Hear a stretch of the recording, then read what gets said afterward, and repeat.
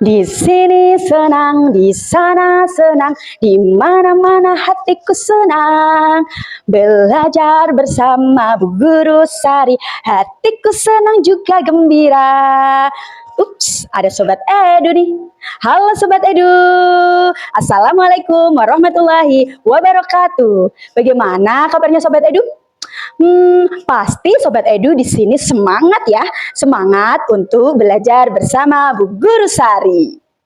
Sobat Edu, dalam video pembelajaran kali ini, Bu Guru Sari akan membahas materi pelajaran Bahasa Indonesia di kelas 5. Tujuan pembelajaran kali ini yaitu peserta didik mampu memahami unsur-unsur intrinsik cerita. Adapun alur tujuan pembelajarannya yaitu yang pertama, peserta didik mampu memahami unsur-unsur intrinsik cerita.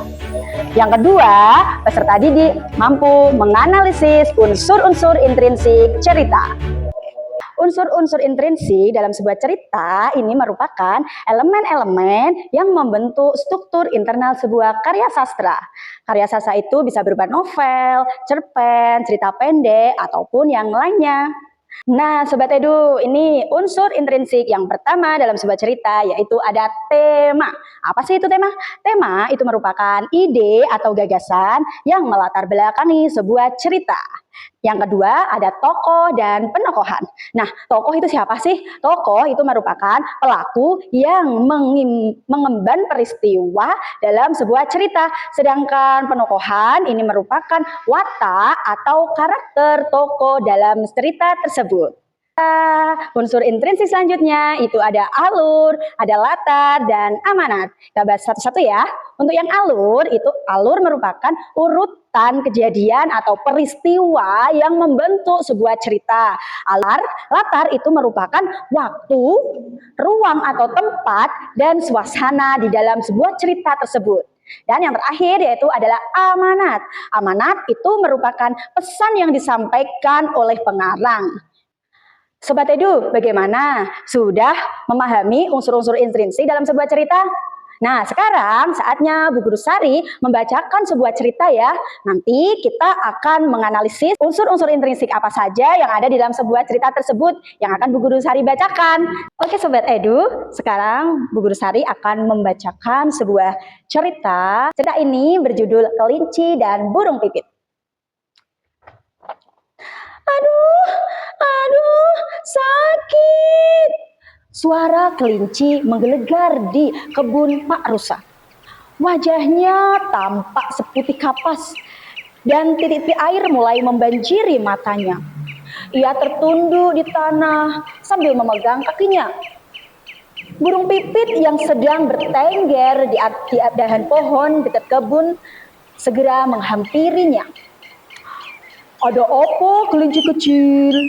Kakiku terantuk, batu aku jatuh.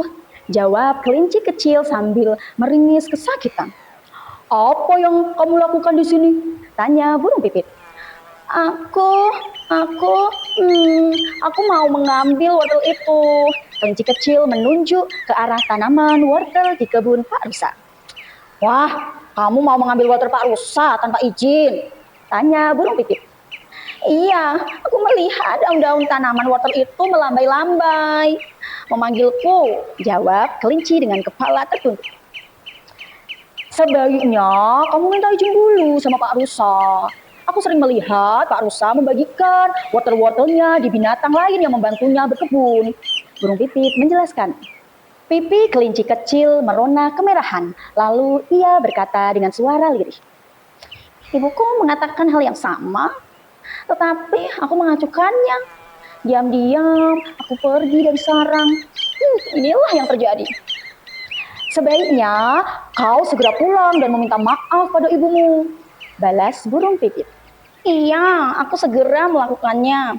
Terima kasih ya burung pipit. Kau sudah menyadarkan aku.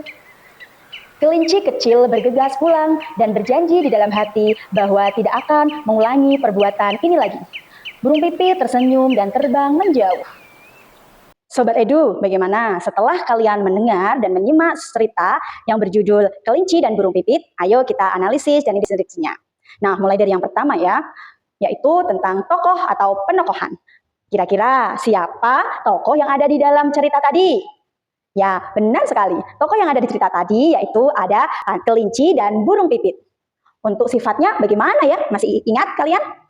Sifat yang ceroboh.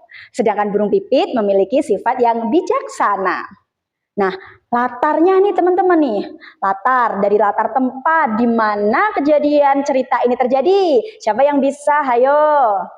Nah, benar sekali. Kisah kelinci dan burung pipit tadi berada di kebun wortel milik Pak Rusa. Sedangkan kapan waktu terjadinya? Kapan? Ya, siang hari, yaitu saat siang hari kejadian itu terjadi. Nah, Sobat Edu, yang terakhir, apa amanat Dapat yang bisa menebaknya amanatnya? Kita kalau keluar rumah atau pergi harus meminta izin kepada orang tua kita, ya. Nah, Sobat Edu, itulah unsur intrinsik yang kita dapat dari cerita yang berjudul Kelinci dan Burung Pipit. Sobat Edu, demikianlah video pembelajaran kita pada video kali ini terkait dengan unsur-unsur intrinsik dalam sebuah cerita. Bu Guru Sari yakin kalian sekarang pasti lebih tahu dan lebih bersemangat lagi untuk mempelajari unsur-unsur intrinsik. Selamat pagi Sobat Edu, sampai bertemu lagi pada video berikutnya.